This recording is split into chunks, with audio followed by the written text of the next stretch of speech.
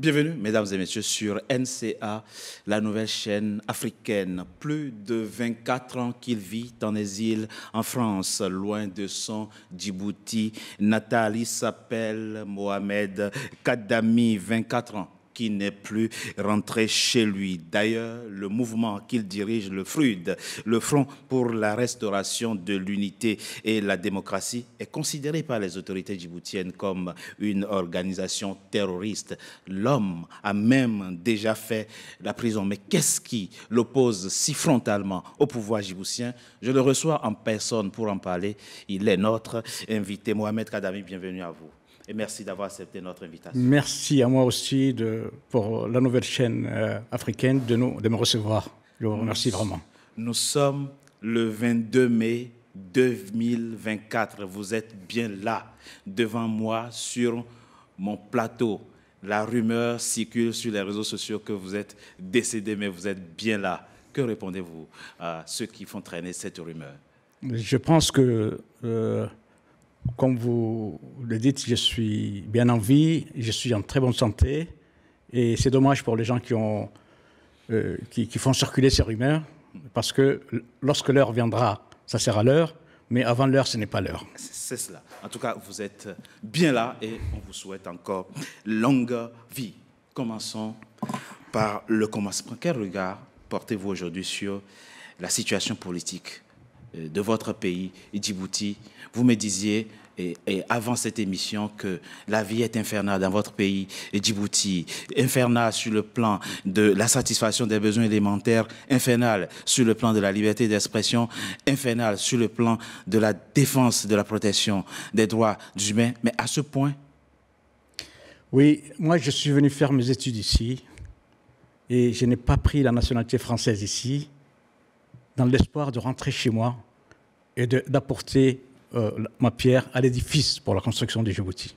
Malheureusement, 47 ans après l'indépendance, on répète toujours la même chose, c'est-à-dire les violations des droits humains, la misère des populations et un régime tyrannique qui n'a pas changé parce que c'est une dynastie, c'est-à-dire qui se perpétue. Avant, il y avait l'oncle en 1977. Oui. Ensuite, comme l'oncle n'avait pas des enfants, il a légué les pouvoirs à son neveu, qui est aujourd'hui à la tête du pouvoir, et lequel neveu aujourd'hui veut léguer ces mêmes pouvoirs à ses enfants ou à sa progéniture.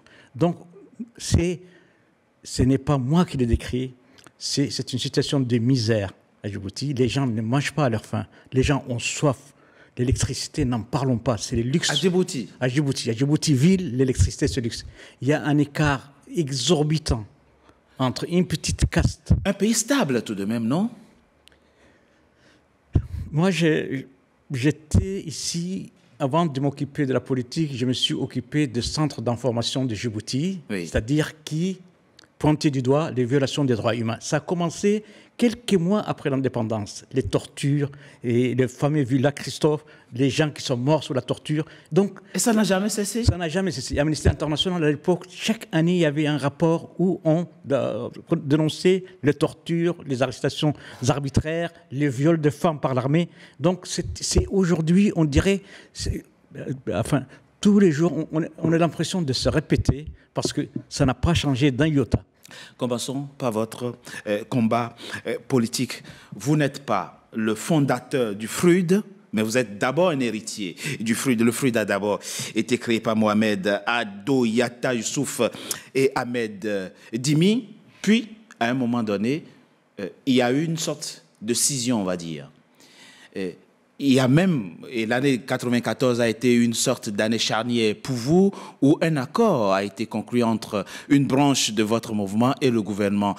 Cette branche a même eu 11 députés aux élections législatives de 1997. Puis vous avez poursuivi un autre chemin. Qu'est-ce qui s'est passé très rapidement? Alors, dès le début, il y a eu deux options sur la table.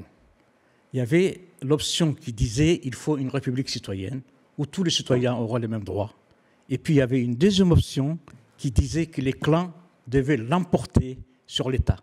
Et c'est cette option qui a, à l'époque, qui qui s'était imposé. Et aujourd'hui, nous sommes dans la logique de ce clanisme, parce que les gens ne savent pas très bien. Souvent, on parle d'intégrisme religieux, mais l'intégrisme clanique, c'est pire. Pourquoi? Parce qu'on ne peut pas devenir ce clan. C'est-à-dire, on y est né, un point, c'est tout. Alors que même pour c'est-à-dire les organisations les plus terroristes islamiques, si tu adhères à leurs principes, si tu adhères à leurs objectifs, on t'accepte. Oui, on ne peut pas t'accepter dans ce clan. C'est ce qui tu es né avec. Tu es né avec. Tu n'as pas le choix. Mais le FRUD, vous dites, il s'appelle le Front pour la restauration de l'unité et la démocratie. Le peuple djiboutien n'est pas un peuple uni. Il faut restaurer l'unité. Il n'y a plus d'unité aujourd'hui au sein du peuple djiboutien. Je crois que c'est une bonne question. Et donc, à l'époque, il y avait eu M. Ahmed Dini, qui deviendra par la suite le président de notre mouvement, oui, et qui était Premier ministre, qui a démissionné parce qu'il a dénoncé un coup d'État tribal. Et depuis, à plusieurs reprises, il y a eu des tentatives de réconciliation avec ces gens-là. Et d'ailleurs, même le FRUD, lorsque la première fois qu'elle a eu le 2 tiers du pays, elle a fait un cessez-le-feu pour dire il faut négocier, il faut qu'on négocie parce que c'est un petit pays, c'est une population de 800 000 ou 750 000 à l'époque, donc on peut s'entendre, il faut créer un État national. Aujourd'hui, il n'y a pas d'État national, il n'y a pas d'État droit. Alors moi, j'y vais même plus loin. Ce système, et c'est dans son ADN de ne pas accepter un État de droit, ni un État national, parce que c'est toujours fondé sur le clan, sur le sous-clan. Et c'est la raison pour laquelle nous avons, à un moment donné, nous disons, ce pays-là mérite autre chose. Je rappelle que vous êtes du groupe ethnique Afar. Oui. Les Afars sont écartelés, marginalisés, discriminés à Djibouti. Oui, je pense que aujourd'hui, c'est un secret de polichinelle. Dès le début de l'indépendance, il fallait écarter les Afars. C'est-à-dire, les Afars occupent 2 tiers ou même 3 quarts du pays, ils habitent, et ces régions-là sont considérées comme des régions ennemies, où il ne faut pas investir, où par exemple, il y a un blocus alimentaire et sanitaire, où par exemple, toutes les navires qui sont en train d'écumer les mers des poissons et tout ça. Donc, ce qui fait que ces gens-là vivent un calvaire depuis presque 47 ans maintenant. Je l'ai dit, vous êtes en exil en France depuis 24 ans, après avoir passé 3 ans en prison dans votre pays. D'abord, qu'est-ce qui vous a amené en prison? En fait, j'étais en Éthiopie, pays voisin, et j'étais toujours membre de FRUD, cadre de FRUD, et même j'ai représenté le FRUD au Yémen et en France.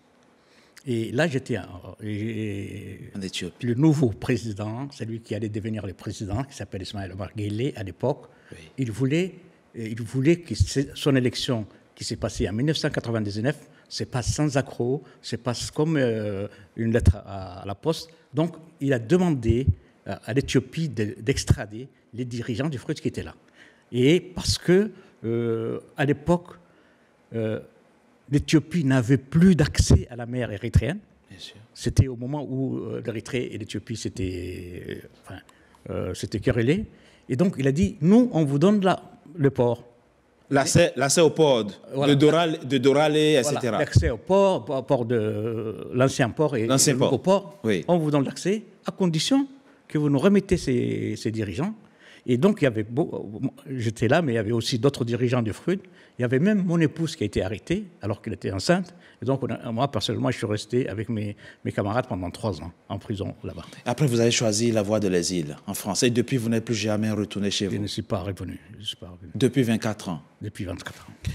Monsieur Kadami, pourquoi avoir choisi l'option de la lutte armée quand, en 1994, certains de vos camarades ont préféré signer un accord avec le gouvernement? Pourquoi est-ce que vous êtes resté fidèle à l'option de la lutte armée? Alors, c'est une très bonne question. D'abord, Moi, je viens de la société civile.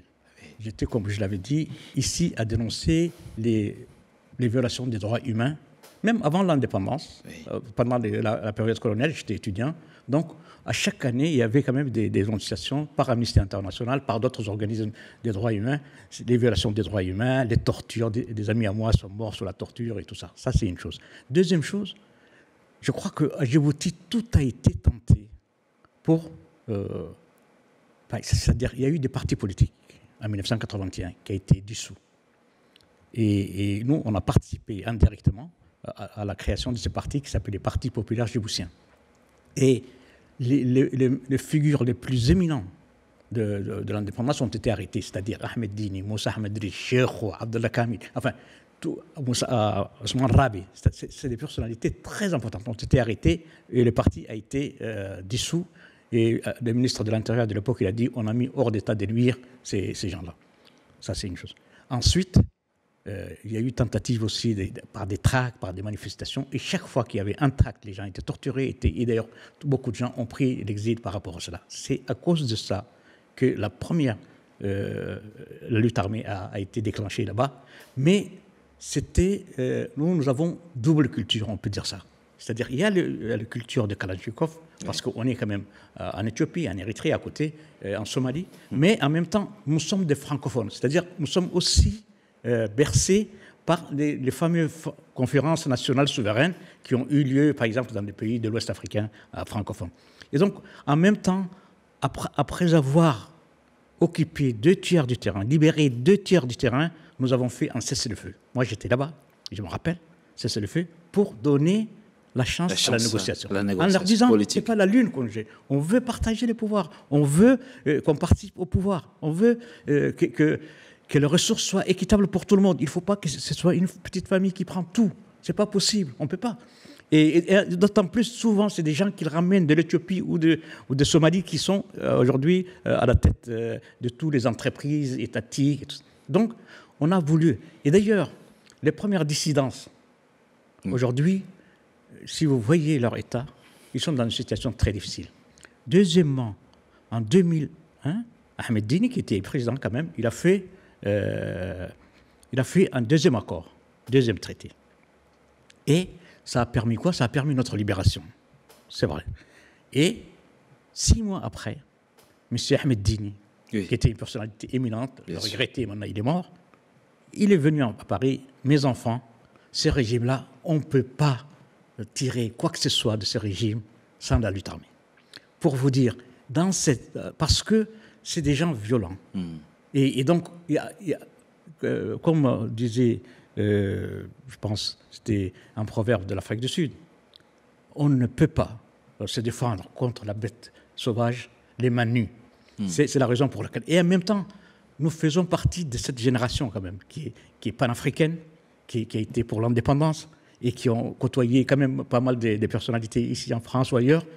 Mais en même temps, nous disons que c'est un pays, il fallait qu'il y ait un concorde national, il faut que tout le monde soit autour de la table pour avancer. Mais j'allais dire, c'est impossible, c'est congénitalement difficile de leur part de faire des concessions. Il y a pourtant eu déjà dans votre pays des assises et des accords politiques. Oui.